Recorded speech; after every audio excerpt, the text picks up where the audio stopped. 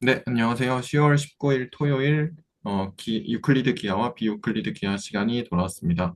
오늘 원래 최혜경 선생님께서 간략하게 이제 앞부분에 발표를 해주시기로 하셨는데 어, 전시 일정이 좀 촉박하셔서 오늘은 좀 못 들어오시게 됐고 그 대신에 이제 제가 조금 준비한 것들을 조금 공유를 잠깐 해보고 그 다음에 전병주 선생님 발표로 넘어가면 좋을 것 같습니다.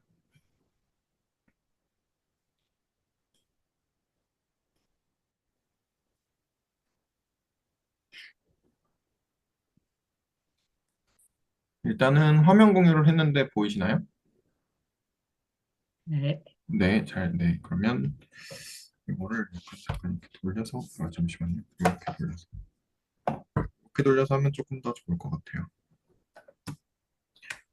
그래서 이제 지난 시간에 로렌츠 변환 상대론 뭐 이런 거 얘기하고, 이제 사형기하랑 좀 연관이 있지 않냐, 뭐 이런 이야기를 잠깐 했었는데, 그 로렌츠 변환 이야기를 좀 해주셔서, 그거를 조금 더 이제 많이는 못 보고 조금 더 살펴봤습니다. 그래서 이제 일단 식 정도만 먼저 기술을 좀 해봤어요. 그래서 이제 원래는 갈릴레이 변환이 x 프라임이 x 빼기 뭐 vt 그 다음에 t 프라임은 t 이렇게 돼 있던 게 로렌츠 변환으로 가면 t와 x가 동시에 같이 어떤 연관성을 가지고 이렇게 변환을 하는데 여기서 이제 베타라고 돼 있는 거는 여기 c가 빛의 속도고 그 다음에 v가 어 그냥 일반적인 그 물체 움직이는 물체가 아니죠. 그 뭐죠? 그래서 움직이는 뭐 물체든지 뭐 제표기든지 이런 애들의 어떤 속도가 되고요. 그래서 베타는 c분의 v로 어, 정의가 돼 있고 그리고 감마라는 것이 1 베타 제곱을 루트 한 것분의 1이다. 이렇게 이제 정의가 돼 있고요. 그래서 CT 프라임이 감마에다가 CT에서 베타 X를 뺀 거 이렇게 정의가 되고 그 다음에 X 프라임이 이제 감마에다가 X 빼기 베타 곱하기 CT를 곱한 것 이렇게 돼서 그러니까 X축 방향으로만 움직인다고 생각을 하는 거죠. 그래서 Y랑 Z는 별다른 어떤 뭐 그 변환이 없는데 사실은 뭐 Y축 방향과 Z축 방향으로 움직인다고 하면 뭐 여기도 이렇게 감마에다가 이렇게 붙겠죠. 시간에 따라서. 근데 우리는 이제 상황을 단순화하기 위해서 X축 방향만 이제 움직인다고 생각을 하고 이렇게 변환이 적용이 되고요. 그걸 이제 행렬로 써보면 그래서 뭐 다른 이제 뭐 웹페이지나 이런 데서는 CT가 이제 밑에 있기도 한데 그러면 이제 행렬식으로 쓸 때 조금 불편해서 제가 CT를 이렇게 위에다가 써서 올려봤고요. 그렇게 됐을 때, 죄송합니다. 그렇게 됐을 때 이제 그 행렬식이 여기 Y랑 Z는 안 변하니까 1이 되고 그 다음에 나머지 X와 T가 변화하는 그 부분이 이런 식으로 감마 사실은 이제 감마에 대해서 1, 마이너스 베타 1 이런 식으로 이제 행렬이 만들어지는 조그마한 행렬이 만들어지는데 이런 식으로 행렬로 쓸 수가 겠습니다 그러면 이제 원래 있던 우리의 좌표계에서 다른 좌표계, 프라임 좌표계로 변환을 할 때는 여기가 마이너스지만 실제로 해보면 이제 역행렬 계산을 해볼 수도 있고 실제로 해보면 역변환을 했을 때 그러니까 사실은 여기가 t인데요. 여기가 프라임인데 이거 빠졌네요. 그래서 역변환을 할 때, 그러니까 프라임 좌표계에서 원래 있던 좌표계로 이제 변환을 할 때는 여기만 플러스로 바꿔주면 되는 것으로 요거는 이제 계산을 쉽게 해볼 수가 있고요. 그랬을 때 이제 행렬식으로 변환을 바꾸면 이제 이런 식으로 또 바뀐다는 것을 이제 확인을 할 수가 있었습니다.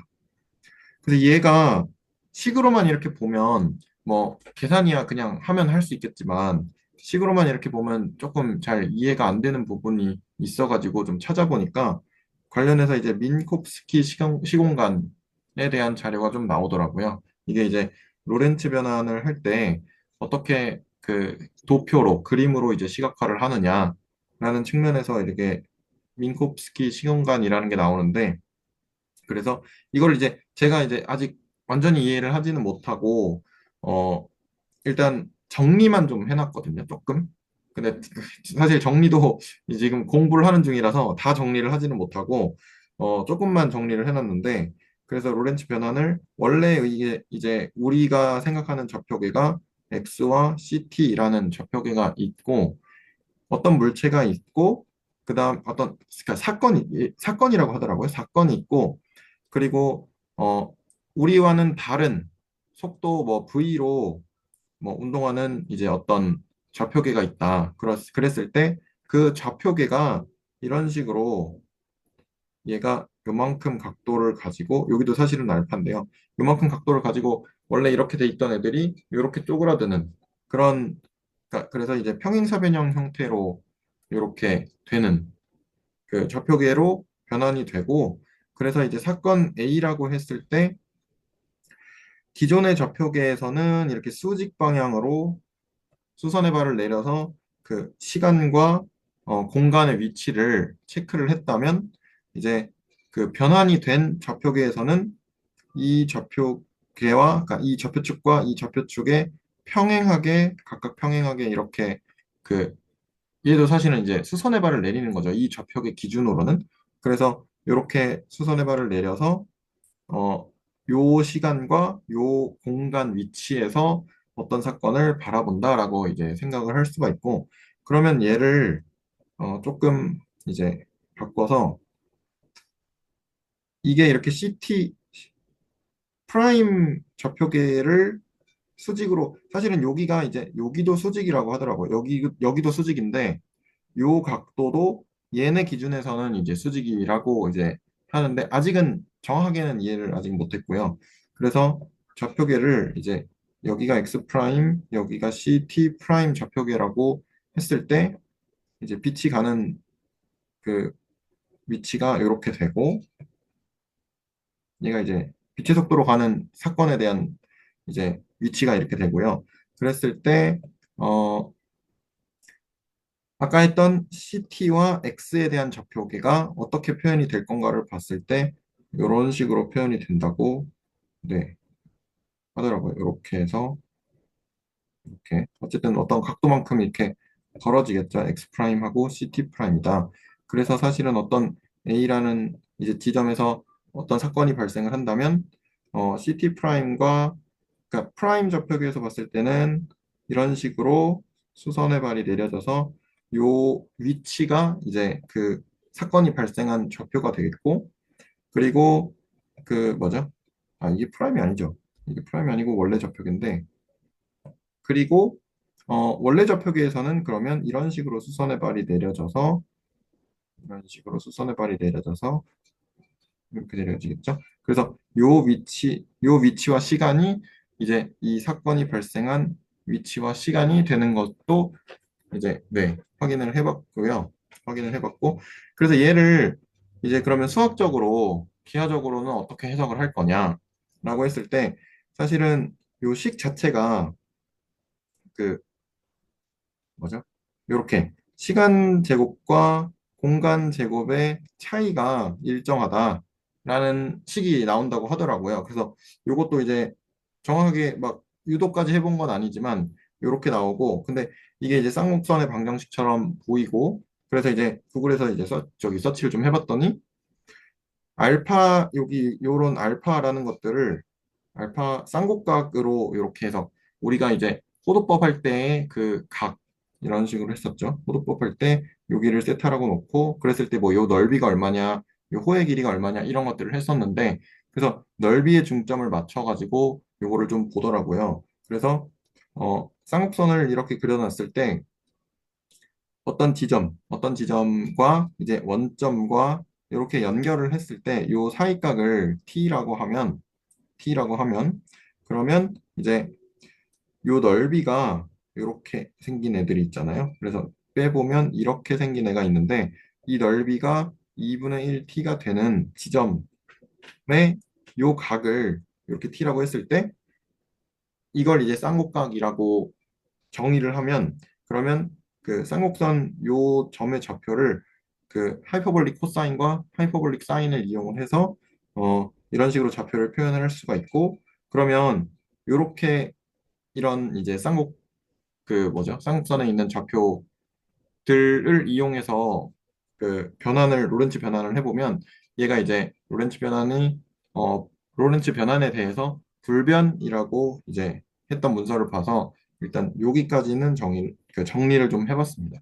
그래서 뭐 다음번에 이제 제가 발표할 때 요걸 조금 더 정리를 좀 더 해서 네, 그 발표를 또 추가적으로 또 하고 싶은데요. 그래서 로렌츠 변환이랑 민코프스키 시공간이랑 그다음에 쌍곡기하에 대해서 조금 더 이제 공유를 해서 네, 발표를 할 수 있는 시간이 있었으면 네, 좋겠습니다. 그래서 일단은 발표는 여기까지인데요. 혹시 뭐 질문이나 코멘트 있으신가요? 네, 제가 먼저 질문 드려도 될까요? 네네네. 일단, 혹시 알파가 뭔지 한 번만 더 말씀 부탁드려도 될까요?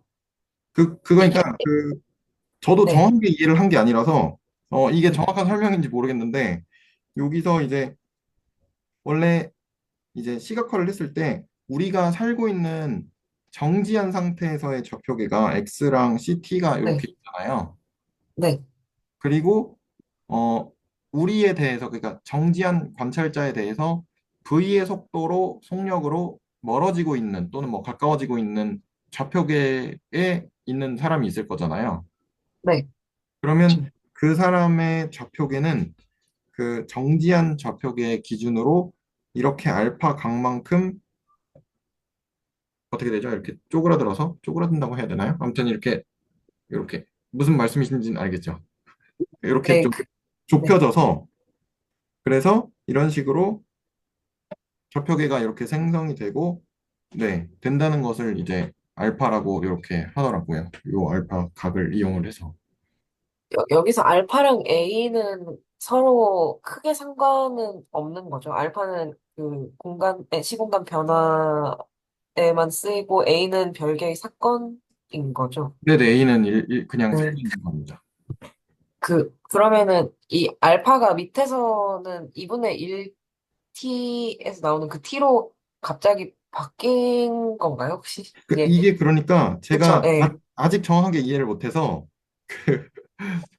저도 이제 공부할 시간이 조금 부족하다 보니까 아, 예. 네네네 그래서 아직 뭐 다 공부하지는 못했는데 근데 이제 어쨌든 쌍곡기하랑 연관이 있다 정도는 저도 이제 들어서 알고 있으니까 그거랑 이제 찾아보다가 요런 어떤 쌍곡선에 대한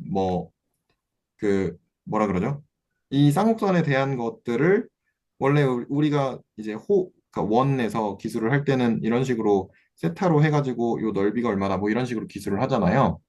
네. 그래서 이런 것과 좀 관련이 있게끔 요 각을 정의를 해서 그렇게 하이퍼볼릭 코사인과 사인으로 이 좌표를 잡으면 그러면 요 쌍곡선 위에 있는 점들을 원 위에 있는 어떤 그 각도를 이용한 그 점들처럼 그렇게 잡을 수 있다 정도로 저는 이해는 하고 있거든요, 일단은.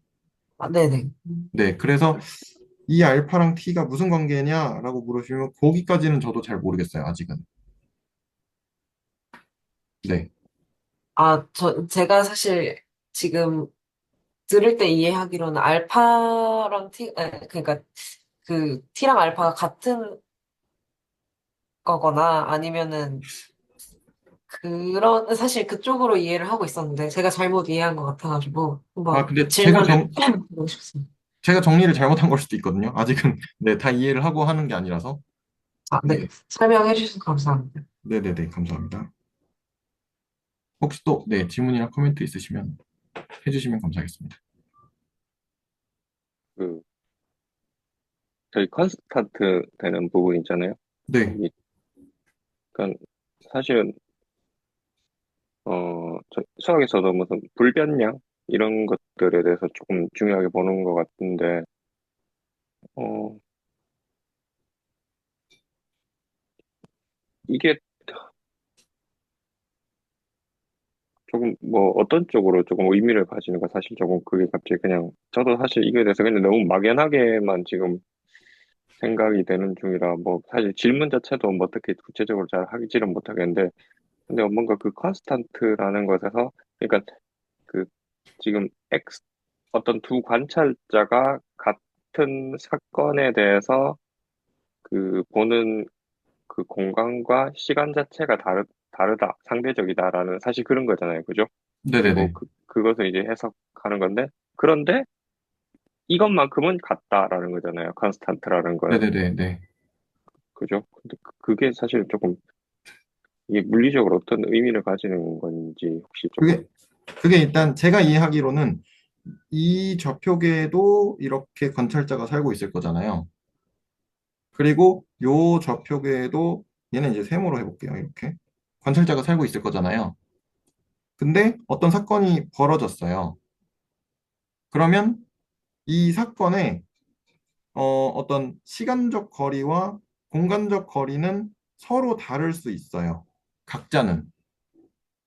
그러니까 예를 들어서 뭐 제 기준에서 뭐 지금 벌어진 사건이 이제 김민기 선생님 기준에서 뭐 10초 후에 벌어진 사건일 수 있죠. 그리고 제 기준에서 뭐 1km 떨어진 사건이 김민기 선생님 기준에서 뭐 100m 떨어진 사건일 수도 있죠. 근데 그럼에도 불구하고 얘네 둘, 얘네 둘, 이 관찰자에서 이 사건까지의 거리가 같다라는 걸로 저는 이해를 하고 있거든요. 그 시공간적인 거리가 같다. 네, 정도로 이해를 하고 있습니다. 저, 그, 아, 아닙니다. 그 제곱의 차의 단위는 거리인가요? 아니면, 거리 맞죠? 왜냐면 델타 X가 껴있기, 근데 거리라고 하기에는 델타 X, 그 거리를 제곱하고 있기 때문에 단위는 그냥 굳이 해석을 한다면 넓이의 단위인 거죠. 그렇죠. 뭐 제곱 그러니까 뭐 예를 들어서 뭐 길이 제곱이 되겠는데, 근데 사실은 이제 컨스탄트니까 이거를 이제 루트를 씌워도 아, 컨스탄트는 컨스탄트니까 네, 그거를 어쨌든 거리로 해석을 할 수 거리로 있습니다. 볼 수 있는 거네요. 네네네네. 시간을 어떻게든 거리랑 엮어가지고 거리의 단위로 만들어준 게 저 C라는 그 컨스턴트일 거고, 네, 네네네. 네, 단위를 맞춰줘야 되니까요. 그래야 덧셈 뺄셈이 가능해질 테니까요. 어, 근데 약간 저거를 보면서 저게 거리라는 의미를 가진다면 드는 생각이 잘 기억은 안 나지만 그 벡터 공간에서 그 오쏘노말 할 때는 그 오쏘노말에 그 보냈을 때 그러니까 그 베이시스 체인지를 할 수가 있을 텐데 원래 거의 그 벡터의 길이와 뭐랄까요? 그 오토노멀 베이시스로 잡고 나서 그것에 뭐랄까요? 그 거리를 준다고 해야 될까요? 그게 같다. 제가 스테이트먼트는 제가 이거 끝나고 제가 보고 그 스테이트먼트가 뭔지를 한번 말할 수 있을 것 같은데 약간 그게 일단 떠오르긴 했거든요. 그러니까 베이시스 체인지를 해도 뭔가 변하지 않는 게 있다. 근데 그게 오소노멀한 방식으로 했기 때문에 저게 컨스턴트가 나온 게 아닐까? 이렇게 좀 생각이 들었습니다. 그렇게도 네, 생각을 일단 뭐 해볼 수 있을 것 같기는 합니다. 네, 감사합니다. 혹시 또, 네, 정경훈 교수님 혹시 뭐 코멘트 있으신가요? 코멘트 해주시면 이 부분에 대해서 네, 감사하겠습니다. 뭐, 저도 그렇게 잘 아는 건 아니어서, 음, 근데, 어, 그러니까, 로렌츠 변환이 왜 저렇게 나왔는지에 대한 이제 설명이 약간은 있어야 되잖아요. 아, 네네.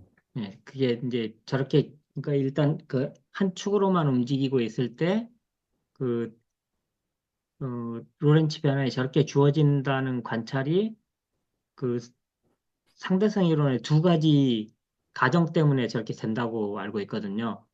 그러니까 예를 들면은 나는 뭐 일단 정지해 있을 때 상대방이 어떤 일정한 속도로 움직이고 있으면은 상대방의 프레임에서는 나는 마이너스로 멀어지고 있잖아요. 이제 그 사실 하나하고 빛의 속도는 항상 일정해야 된다. 이제 그 사실을 이용해 가지고 이렇게 로렌츠 변환식이 나온다고 지금 하는데 그 부분의 계산 같은 게 좀 어, 있으면 좋겠다 하는 그런 아, 생각이 들 때가 있더라고요. 저도 대강밖에 이해를 못 하고 있어가지고 지금 아무래도 저도 찾아봐야 되겠다는 그런 생각이 들더라고요. 네. 네네. 그 부분은 네, 조금 더 찾아보고 아니면 뭐 또 공부도 조금 더 해보고 이제 뭐 다음에 또 발표를 하게 되면 그 부분도 네, 추가를 하면 좋을 것 같습니다. 네, 감사합니다. 그 제가 또 든 생각이 그 저희가 그 선행대수 같은 데도 보면 그 뭐죠? 회전, 대칭 그 이런 것들에 대해서 우리가 거리가 바뀌지 않는다 그런 이야기를 하잖아요. 아마 여기서도 이제 조금 거의 비슷한 맥락인 것 같아요. 그러니까 뭐 계속 뭔가 하여튼 이게 뭔가 적당한 이것이 되는 그 기하적인 공간에서 뭔가 거리고 이 로렌츠 변환이 그 뭔가 대칭이나 회전 같은 약간 좀 그런 느낌으로 하니까 그냥 약간 좀 일맥상통하는 저도 정확하게는 잘 모르겠는데 그냥 그런 면에서는 조금 뭔가 그 이야기가 서로 좀 통하는 것 같아요. 그러니까 여기서 거리를 잴 때 이제 거리는 보통 이제 내적을 이용해서 우리가 재잖아요. 근데 여기서는 그 CT 부분이 있는 것에 CT의 제곱에서 보통 우리의 거리의 제곱이라고 하는 녀석을 뺀 녀석. 그러니까 그 내적을 그렇게 정의를 하는 거예요. 그러니까 내적 자체가 예를 들면 X0, 그러니까 X0가 이제 CT에 해당하는 그런 좌표고 제일 첫 번째 있고, 그 예전에 우리가 그 전에 사원수 했을 때 그 내적 했었잖아요. 내적 나오는 그 사원수에 곱하기 했을 때 스칼라 파트에서 나오는 부분. X0, X1, X2, 그 X3하고 Y0 그뭐 있으면은 그첫 번째 좌표는 곱하지만 뒤쪽은 제곱해서 곱해가지고 다 뺀 걸로 나오잖아요. 그러니까 그 내적을 사용해서 거리를 재야 되고 그 거리에 대해서 저 로렌츠 변환이 그 거리를 이제 일종의 회전 변환이 된다는 거예요. 그러니까 여기서 사용하는 내적이 보통 거랑 달라서 우리가 그 행렬에서 그냥 단순하게 보통 우리가 그 오소고날 변환이라든지 이런 식으로 그냥 해석하면 이게 굉장히 혼란스럽거든요. 그래서 이제 내적이 다르다는 거, 이제 그걸 먼저 이해를 하고 이제 거기서 봐야 되는 거죠. 네, 코멘트 감사합니다. 그러면 혹시 또 질문이나 코멘트 있으신가요? 없으시면 저는 발표를 여기까지 하고요. 그러면 다음으로 전병주 선생님 네, 발표를 한번 들어보도록 하겠습니다. 네, 먼저 공유를 먼저 해보겠습니다. 어,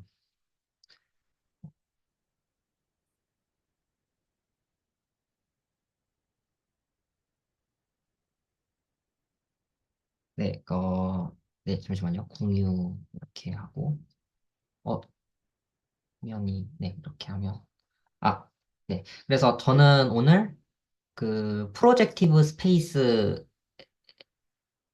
좀 보고 싶어서 좀 공부를 좀 해봤는데, 어, 네. 그래서 사실 원래 사용 공간을 좀 뭘까 항상 궁금해 했었고, 근데 제 마음속에는 이 사용 공간 이런 개념을 알기도 전에 저는, 어, 잠시, 잠시만요. 이거를 어떻게 복사를, 네. 죄송합니다. 이거를, 아, 네. 저는 약간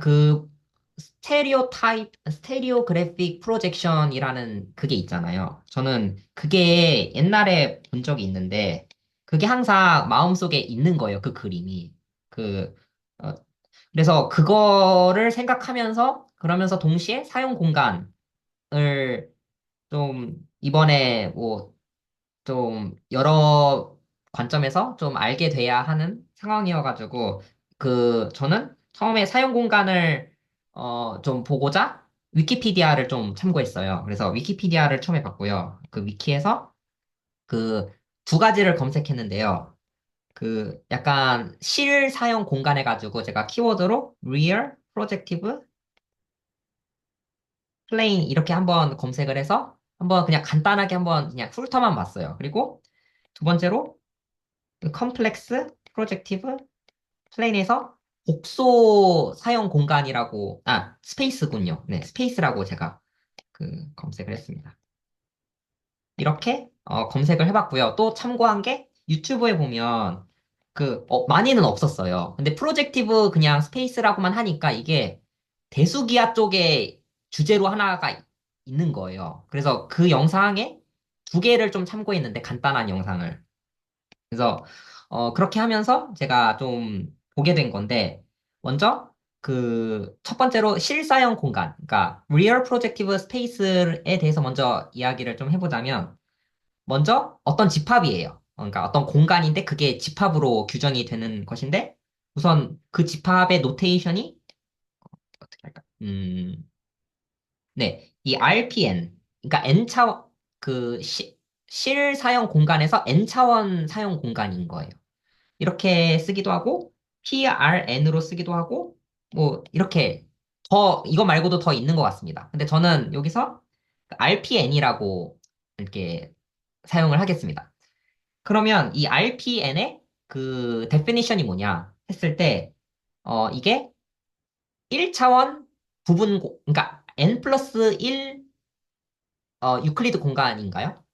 그거에 1차원 부분 공간들의 그것들을 다 모아놓은 게 RPN입니다. 근데 이게 정확히 좀 찾아보니까 결국 affine N 플러스 1의 affine 공간에서의 직선들의 모임이라고 하는데, 근데 affine 자체를 제가 좀 잘 못 봤기 때문에 저는 그냥 벡터 공간이라고 생각을 해주면서 N 플러스 1차원 벡터 공간이라고 생각을 해주면서 원점을 지나는 직선들의 모임이라고 생각을 해보겠습니다. 정의를. 그러면 일단 정의가 그래서 코션트 셋으로 그러니까 정의가 되는데 우선 n 플러스 1차원에 있는 그 수많은 점들이 있겠죠. 그 튜플은 그 좌표는 n 플러스 1개의 그 수가 필요하고 그 좌표는 그렇게 구성이 되어 있고 여기서 원점을 하나 뺍니다. 왜냐하면 직선을 보기 위해서인데 그리고 그것을 가지고 릴레이션을 주는데 그러니까 릴레이션을 준다는 것은 어 이게 집합으로 따지자면 분할을 한다는 얘기입니다. 그러니까 근데 어떻게 정의를 주냐면 결국 원점을 지나는 직선들의 모임을 이렇게 주는 방식인데 바로 x랑 y를 동일시할 겁니다. 그러니까 x라는 그 벡터가 있고 y라는 벡터가 있는데 이 x랑 y는 우선 n 플러스 1차원 상에 있는 어떤 벡터입니다. 0이 아닌 벡터입니다. 근데 그것을 동일시를 하는 방식을 바로 이 실수배, 아니야. 네, 여기서 말하는 람다는 실수입니다. 그 실수배를 함으로써 동일시 할 거라는 얘기입니다. 그래서 어, 이게 뭐냐면, 우선 2차원 R2를 생각해 보겠습니다. R2에서는 원점을 지나는 직선들의 모임이 이렇게 뭐, 직선들이 있겠죠. 여러 개의 직선들이 있을 텐데, 뭐, 이게 모든 직선들을 다 모으면 우선 Y축도 당연히 직선이고요. X축도 다 직선일 겁니다. 이 직선들 자체를 원소로 취급해주겠다는 것입니다. 이 RP2라는 것은요. 이 RP2의 원소는 이 직선 자체가 하나의 원소로서 봐주겠다는 뜻입니다. 근데 뒤에서 이 RP2에 대해서 더 자세히 얘기해 볼 거지만 이 직선이라는 것은 예를 들어서 이 L1이라는 직선을 하나 보겠습니다.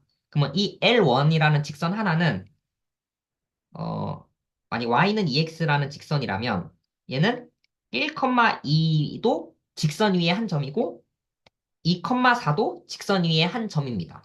그래서 이 직선 자체를 y는 2x라는 직선 자체를 그 1,2와 그 1대1 대응이 되기 때문에 이 직선들의 모임이라고 했을 때 이 직선 자체를 원소로서 봐줄 때 이 기호를 1,2라고 봐주는 것입니다. 그러니까 대표값을 하나 뽑는 거예요. 그래서 그 1,2를 뽑아도 그게 원소가 되고 그리고 2,4를 뽑아도 그게 원소가 되는 겁니다. 근데 2,4가 점이 아니라 직선인 겁니다. 근데 그 직선의 표현이 1,2라고 해도 되고 2,4라고 해도 되는 겁니다. 네, 그런 직선들의 모임이, 직선들의 모임을 사형 공간이라고 하는 겁니다. 우선 일반적인 N차원 상황에서 더 이어서 설명을 해보자면, 아까 그 X라는 벡터와 그 Y라는 벡터 두 개가 있을 때, 우선 N 플러스 1차원의 상에 있는 벡터니까 우선 이렇게 표현이 될 겁니다. Y1부터 Yn까지. 그리고 0이 아닌 벡터입니다. 참고로. 그러면 이거를 사용 공간 안에서의 그 원소는 이렇게 노테이션으로 줄 건데 약간 둥근 괄호가 아니라 약간 사각형 괄호를 쳐가지고 원소를 나타낼 겁니다. 그래서 이 x라는 이 원소는 사용 공간 안에 있는 하나의 점인데 각각의 점들인데 그 점의 표현이 다음과 같이 이렇게 쓸 수 있습니다. 근데 여기서 특징은 그 실수배를 해도 다 똑같은 거라는 겁니다. 표현 방식만 달라졌을 뿐 똑같은 점이라는 겁니다. 그래서 그냥 보고 싶은 대로 그냥 보면 되는 겁니다. 근데 여기서 특별히 첫 번째 좌표 부분이 0이 아니라고 해보겠습니다. 만약에 그런 가정이 있으면 x0로 나눠줘도 되는 겁니다. 그러니까 비록 이 다르게 표현을 하고 있지만 똑같은 원소인 것입니다. 네. 그래서 일단 그 RP1, 제일 간단한 상황인 RP1을 볼 텐데요. 우선 이 RP1의 정의는, 그 2차원 평면상에서, 어, 직선들의 모임 자체가 RP1입니다. 그러니까 RP1은, 그러니까 R2를 그 릴레이션을 준 것이기 때문에, 그 지금 보다시피 원점을 지나는 직선들의 모임, 이 보라색 선도, 어, 직선이고, 빨간색 선도 직선이에요. 이 파란색은 아니죠. 그래서 원점을 지나는 직선들의 모임이 바로 RP1인데, 그래서 하나 직선을 골라보겠습니다. y는 2x라는 직선이 있을 때, 이 직선은, 사용 공간 안에서는 1,2라고, 1,2와 2,4와 뭐 2분의 1,1, 이게 다 같은 1대1 대응이 되기 때문에, 결국 하나의 대표값으로만 보려고 합니다. 그래서, 지금 제가 쓰고 있는 y는 2x가 있을 때, 그리고 원을 하나 그렸는데, 그 원점을 통과하는 원을 하나 그렸는데 이 y는 2x라는 직선 대신에 이 원 위의 점을 직선이라고 볼 수도 있고 아니면 이 파란색 선 위에 있는 이 점을 이 점 자체를 직선이라고 봐줘도 됩니다. 네. 그러면 자, 이 얘기를 하기 전에 먼저 이 노테이션적으로 좀 보자면 이 RP1은 이런 점들의 모임입니다. x0, x1. 근데 이거를 두 가지 경우가 있겠죠. x0가 0이 아닐 수도 있고 또는 0일 수도 있을 것입니다. 근데 만약에 0이 아니라면 당연히 x0로 나눠가지고 비율 유지를 해주게끔 만들 수가 있습니다. 그러면 이 x0분의 x1은 하나의 실수값이기 때문에 그냥 r이라고 생각해 줄 수가 있습니다. 그러면 얘는 곧 이 첫 번째 집합은 결국 이 실수 하나에 의해서 결정되는 무언가시기 때문에 이거는 결국 이 실수 R1과 R1처럼 행동을 합니다. 그래서 R1과 약간 같습니다. 여기서 같다는 맥락은 우선 최소한 위상 공간적으로는 같아야 되고요. 우선 이 정도로 이해를 하고 있습니다. 일단 벡터 공간으로서 같아, 지금 잘 모르겠는데 일단 정확히는 affine space인데 일단 벡터 공간으로서 그냥 R1과 똑같을 겁니다. 왜냐면 R이 변하는 방식이 실수, 아무거나 선택할 수 있기 때문에 X1은 0도 될 수가 있겠죠. 어쨌든 실수에 대응을 하고요. 첫 번째는. 그리고 이 두 번째 경우는 이 X0가 0일 때입니다.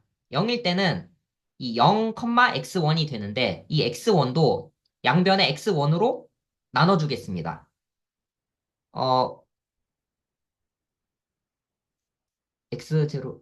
왜 나눌 수가 있냐면, X1은 아마 0이 되면 안 되지 않을까 싶거든요. 제외가 됐기 때문에. 그러면 X1으로 나눠주면 결국 0,1로 그냥 대표로 볼 수가 있는데, 0,1은 그냥 한 점이죠. 그래서 그냥 한 점 집합이기 때문에 그 점을 그냥 원포인트인데 그 원포인트의 이름을 그냥 무한대라고 한번 의미 부여를 해보겠습니다. 일단 여기까지 쓴 것은 뭐냐면, RP1이라는 것은 그 R1과 한 점, 무한대라는 것의 합집합이라는 것이고, 제가 여기서 주장하고 싶은 것은 이 두 개를 R1, 수직선 하나와 무한점 하나를 추가시키면 1이 된다는 것입니다. 그래서 S1이 된다는 것인데 그게 왜 그러냐면 우선 이 원점을 지나는 직선들의 모임은 이 원 위에 한 점과 이 파란색 선 위에 있는 한 점을 1대1 대응을 시킬 수가 있습니다. 뭐 그러고 나면 딱 한 직선만 좀 부족한 게 있는데 그게 빨간 선입니다. 빨간 선은 파란색 선 위에 있는 점과 1대1 매칭이 안 됩니다. 그래서 그 원의 관점에서 보면 원은 원 위에 있는 모든 점은 다 파란색 선과 1대1 매칭이 되는데 딱 한 점, 이 빨간 점을 지나는 접선에 대해서는 어느 파란 선과도 1대1 매칭이 안 되기 때문에 그 원에서 한 점을 뺀 거, 그러니까 원에서 빨간 점을 뺀 게 정확히 파란 선과 일치합니다. 그래서 원에서 한 점을 뺀 게 수직선인 것입니다. 근데 거기다가 한 점을 추가시키면 그게 비로소 원이 만들어지는데 그 한 점이 바로 빨간 선입니다.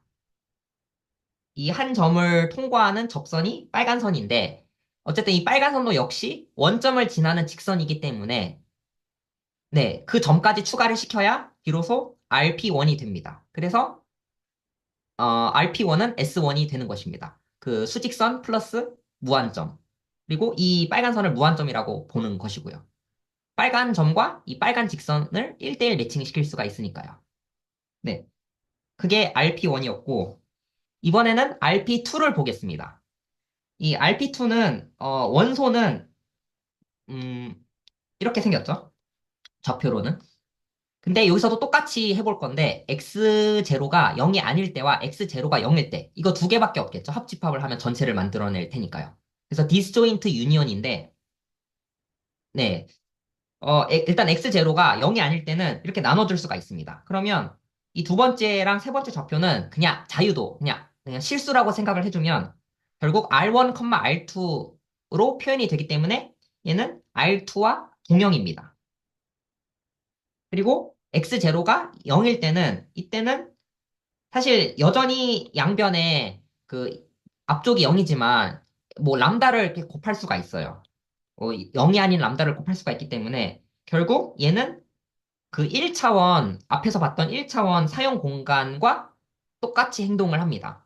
그래서 RP1과 동형입니다. 두 번째 상황은. 따라서 이 RP2는, 그러니까 2차원 실 사용 공간은 그 2차원 평면과 그, 그러니까 사실 RP1이, 그 2차원에서 원점을 지나는 직선들의 모임이었잖아요.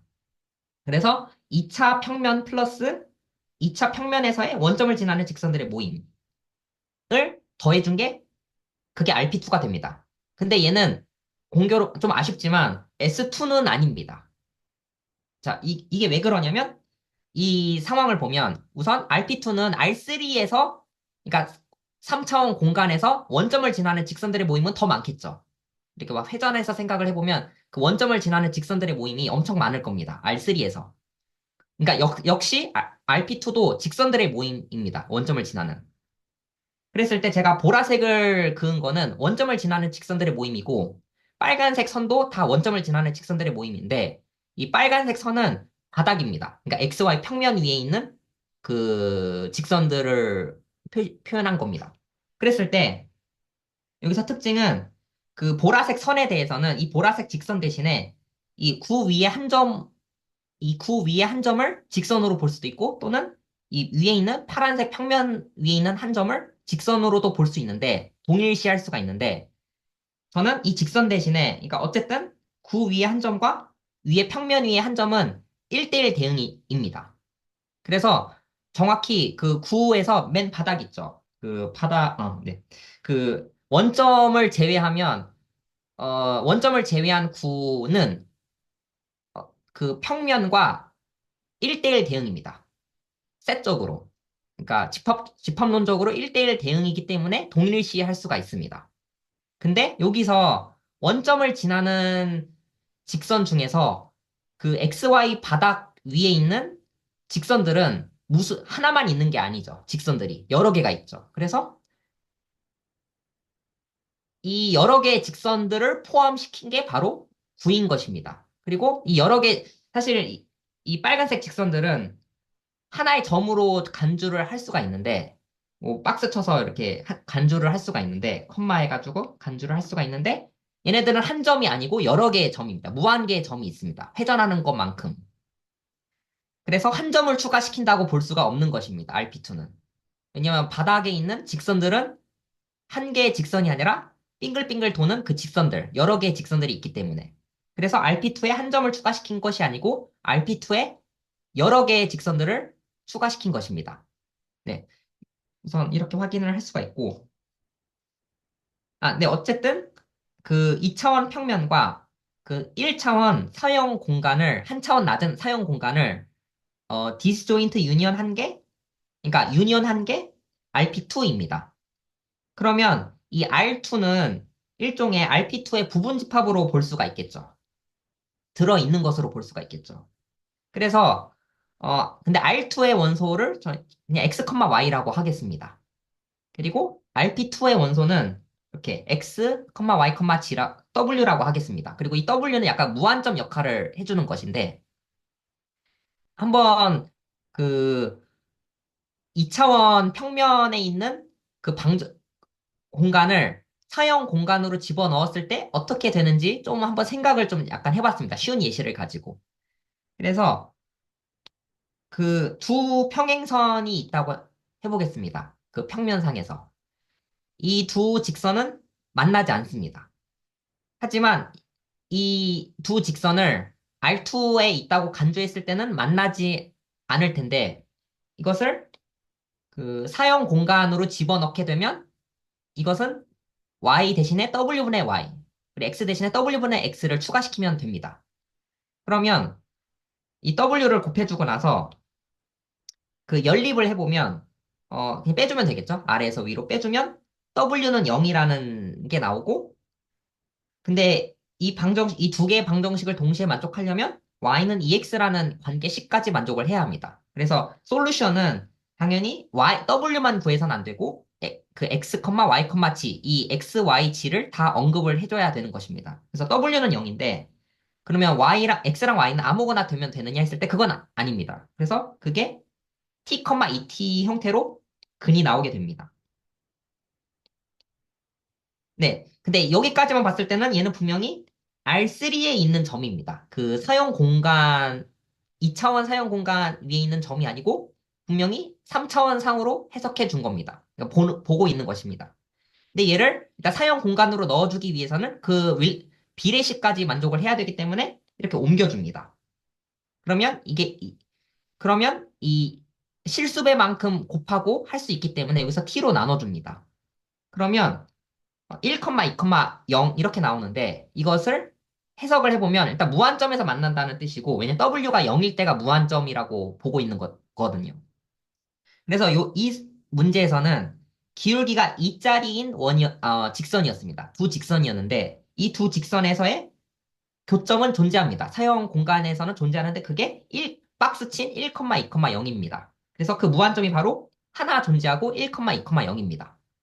근데 만약에 기울기가 2가 아니고 다른 걸로 생각했을 때 K라고 했을 때 그거는 1, K, 0이 나올 것입니다. 그래서 그 기울기마다 그 무한점이 다릅니다.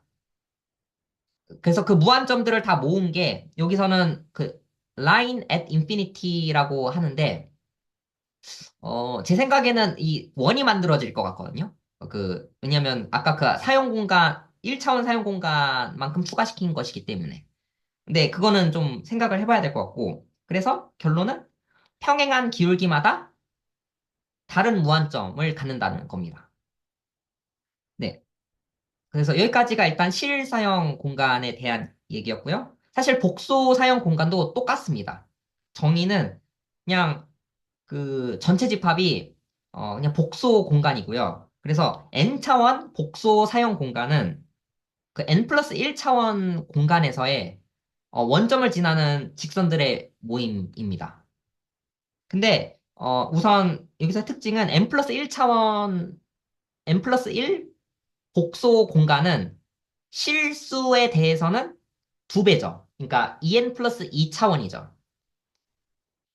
왜냐하면 그 복소수 하나는 실수부와 허수부 두 개가 있기 때문에 그 n 플러스 1 차원에 있는 점은 n 플러스 1 튜플이 있는데 n 플러스 1개의 좌표가 있는데 각각의 좌표는 복소수인데 그 복소수 하나당 두 개의 실수로 표현할 수 있기 때문에 실수에 대해서는 2n 플러스 2 차원이 될 것입니다. 실수에 대해서는. 네, 어쨌든 근데 여기서는 어쨌든 n 차원에 있는 사용 공간에 있는 점을 이렇게 나타낸다고 했을 때 그거를 적당히 그 복소 배죠. 복소수 배를 해가지고 람다는 복소수입니다. 이렇게 여기서 그 실수배를 하는 그 람다는 복소수라고 생각을 해줘야 되고 적당히 마음대로 할 수가 있습니다. 입맛에 따라서 그 람다를 마음대로 조정을 해가지고 이 CPN에 있는 점들을 전부 이 구 위에 있는 점이 되도록 음, n차원 구, 여기서 n차원 구라고 하기엔 좀 그렇고 2n 플러스 1차원 구가 됩니다. 왜냐하면 이 복소수 하나는 실수 두 개로 나타내어지는데 그래서 이 G0를 절대값을 씌운 후 제곱을 하면 두 개의 실수값이 튀어나옵니다.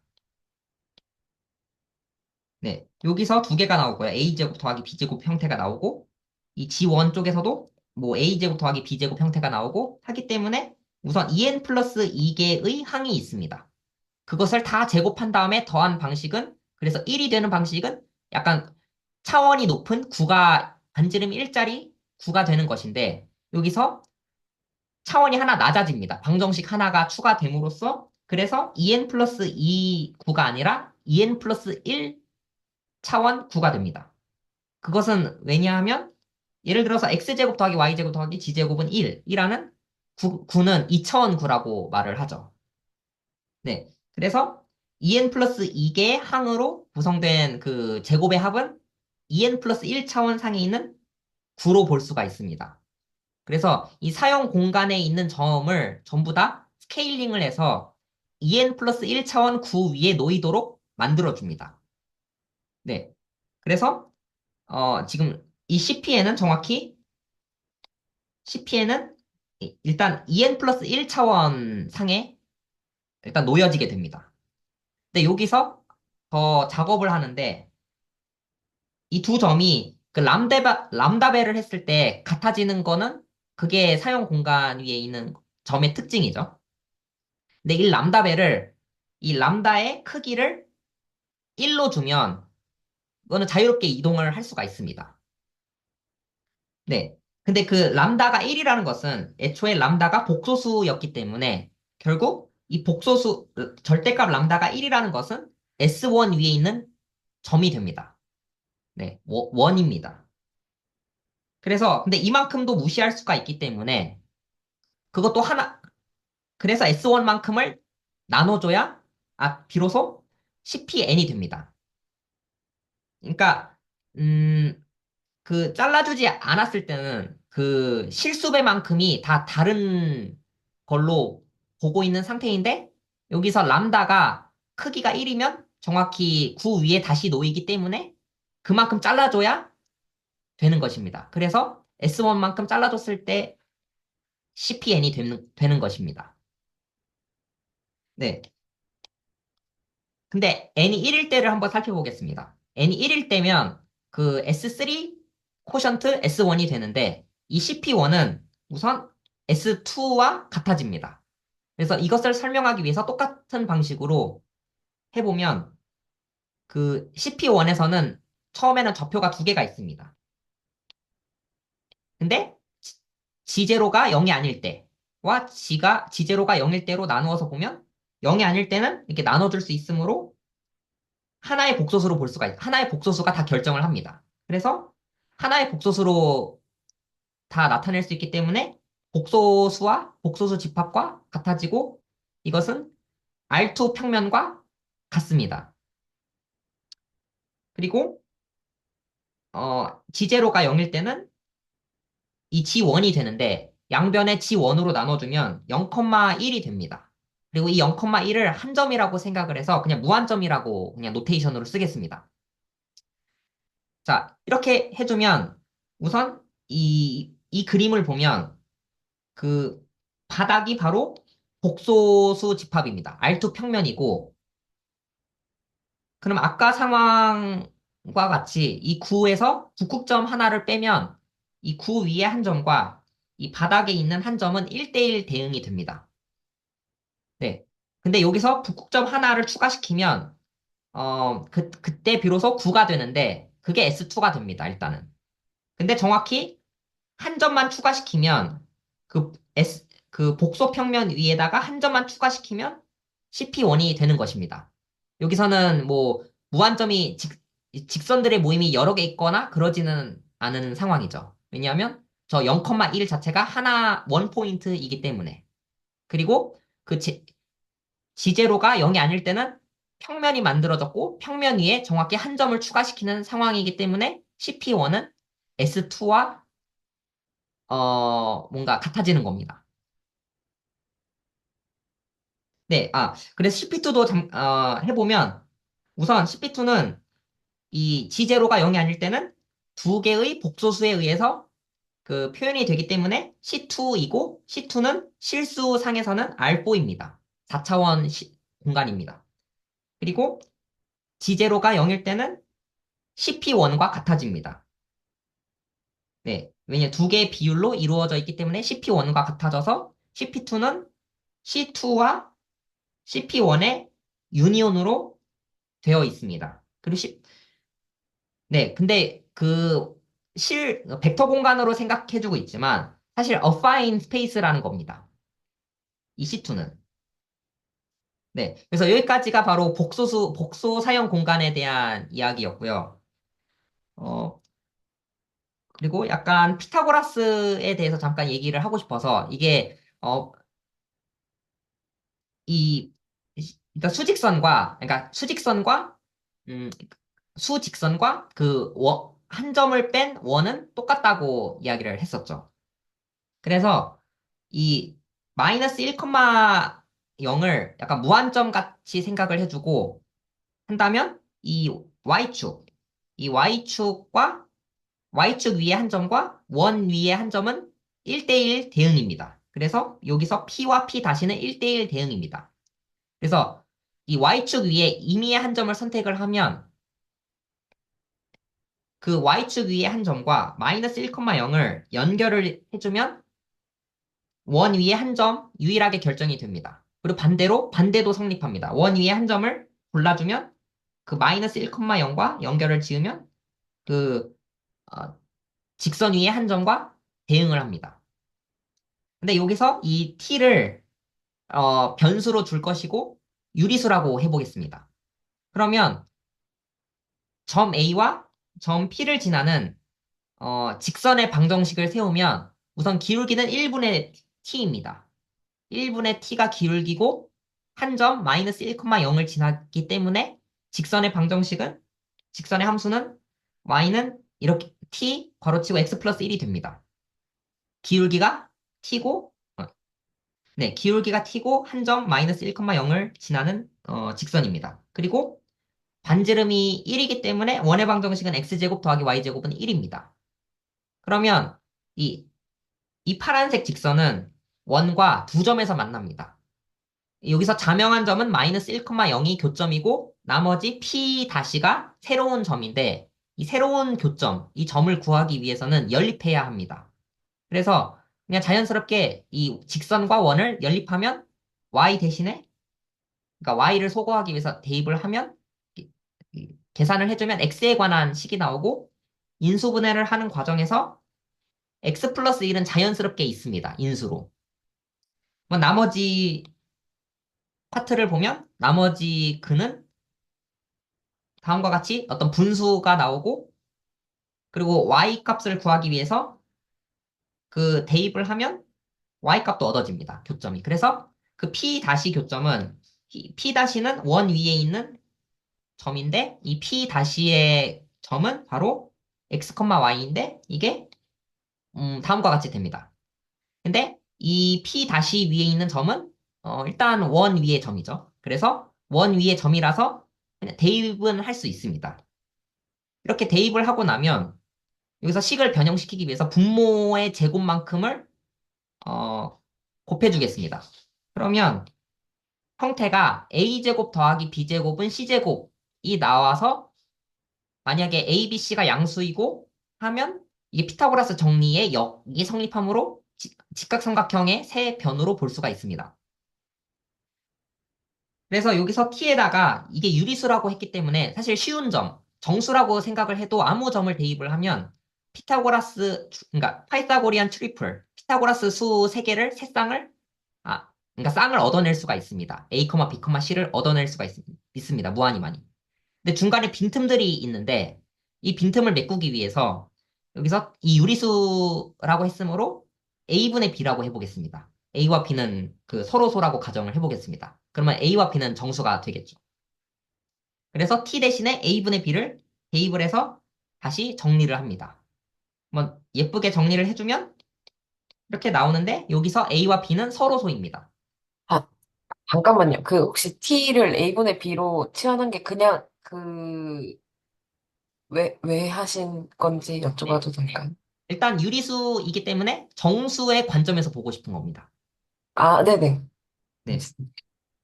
근데 어차피 유리수가 있으면 그 약분을 다 맞힐 수가 있기 때문에 기하분수라고 가정해도 문제가 없겠죠. 그래서 기하분수라고 가정을 한 거고 그러면 이 피타고라스 세 개의 수가 얻어지는데 여기서 뭐 최대 공약수는 1이고요.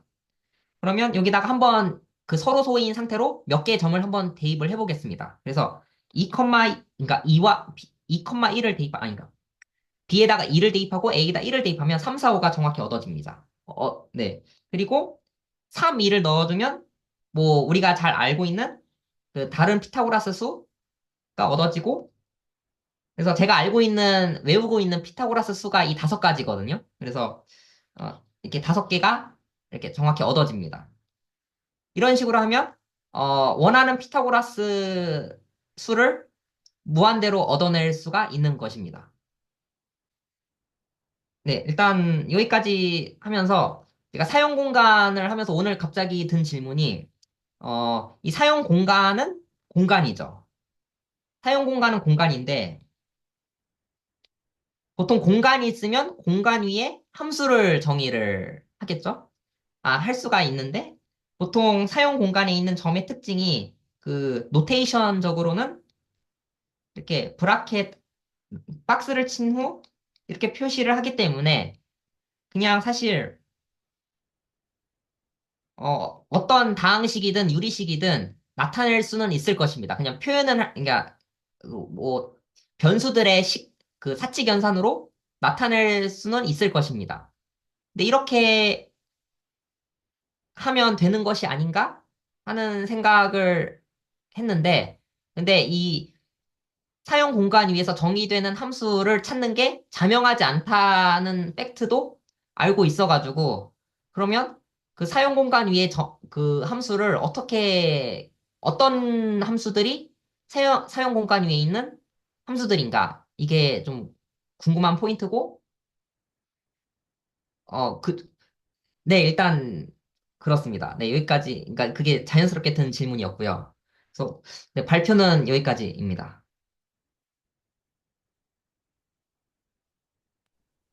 네, 일단 네, 발표 감사드립니다.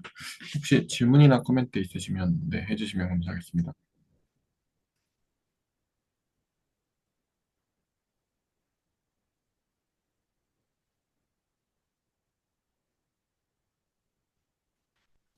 그, 제가 당연히 질문에 답변은 못하겠지만, 피타고라스 얘기하실 때 아까 1 더하기 t제곱분의 1 마이너스 t제곱하고 1 더하기 t제곱분의 2t가 나왔었는데, 그 식 형태가 되게 익숙하거든요. 그 아, p가 아마 탄젠트 2분의 세타로 바꾸면 하나가 사인이고 하나가 코사인으로 되는 걸로 기억하고 있는데, 예, 그게 유도가 돼서 네, 재밌게 봤습니다. 네, 이거를 일단 네, t에다 탄젠트를 대입한다는 말씀이신가요? 탄젠트 2분의 세타요. 아, 2분의 세타를 대입하면 코사인 세타랑 사인 세타. 네. 네, 맞아요, 그거.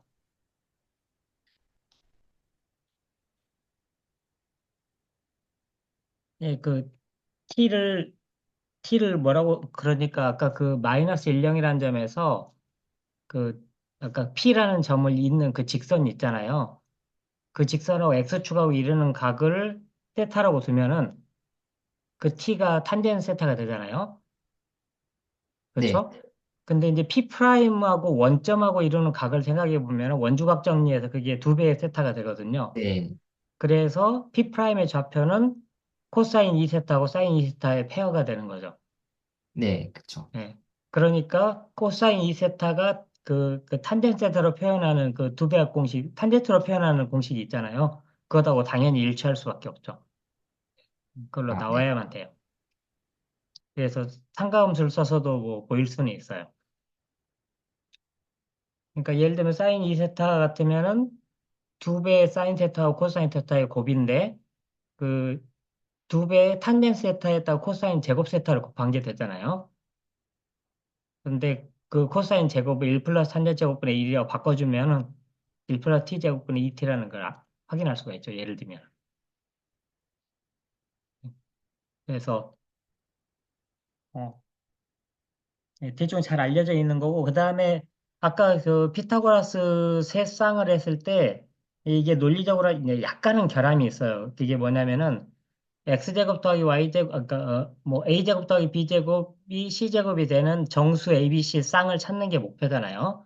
그러면은 c는 당연히 0 아니니까 나눌 거고 c분의 a제곱 더하기 c분의 b제곱이 1이 되는 걸 찾는 거고 따라서 x제곱 더하기 y제곱이 1이 되는 유리수 xy를 찾는 거잖아요. 그 유리수 xy가 지금 P'에 해당하는 점이에요. 그러니까 그 원에서 유리수 좌표를 갖는 반지름 1인 원에서 유리수 좌표를 갖는 점을 찾는 게 바로 피타고라스 세쌍을 찾는 거하고 본질적으로 이제 같은 문제인데 방금 그 대응이 뭐냐면은 방금 그 대응이 그러니까 한 가지를 말을 해줘야 돼요. P 프라임이 유리수점이라는 거하고 똑같은 말이 P라는 점의 그 T 값이 정확한 유리수라는 거하고 완전히 두 개가 똑같은 말이어야 되거든요. 그러니까 P에서의 값이 유리수면은 P 프라임의 좌표가 유리수라는 건 아까 그 식이 유리식이기 때문에 당연히 나오는데 역도 돼야 되는 거예요. 다시 말해서 1 플러스 T제곱분의 1 마이너스 T제곱과 1 플러스 T제곱분의 2T가 둘 다 유리수면 그러면 T가 유리수라는 걸 보여야 되는 거죠. 그러니까 함수를 잡을 때 네. 반대로 그 p 네. 다시 위에 있는 점 a, b를 둘 다 그, 유리수로 둘 예, 다 유리수로 아무튼, 잡고 예. 그러면 그 a, b와 그 마이너스 1, 0을 지나는 직선을 생각한 다음에 다시 그 y축 위에 있는 교점을 생각을 하면 그게 잡으면은 유리수가 되는지. 그 좌표가 유리수라는 걸 보여야 네. 되거든요. 이제 그건 근데 이제 또 금방 할 수 있어요. 그것도. 그건 이제 어떻게 하면 되냐면은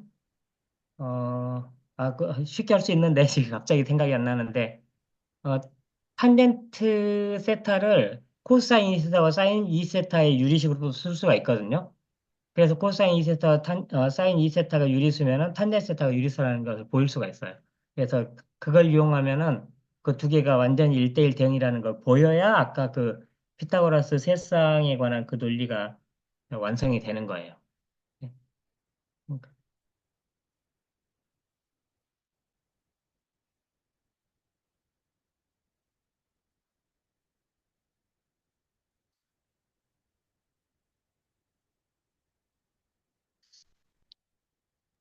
네, 혹시 또 그러면 다른 질문이나 코멘트 있으신가요?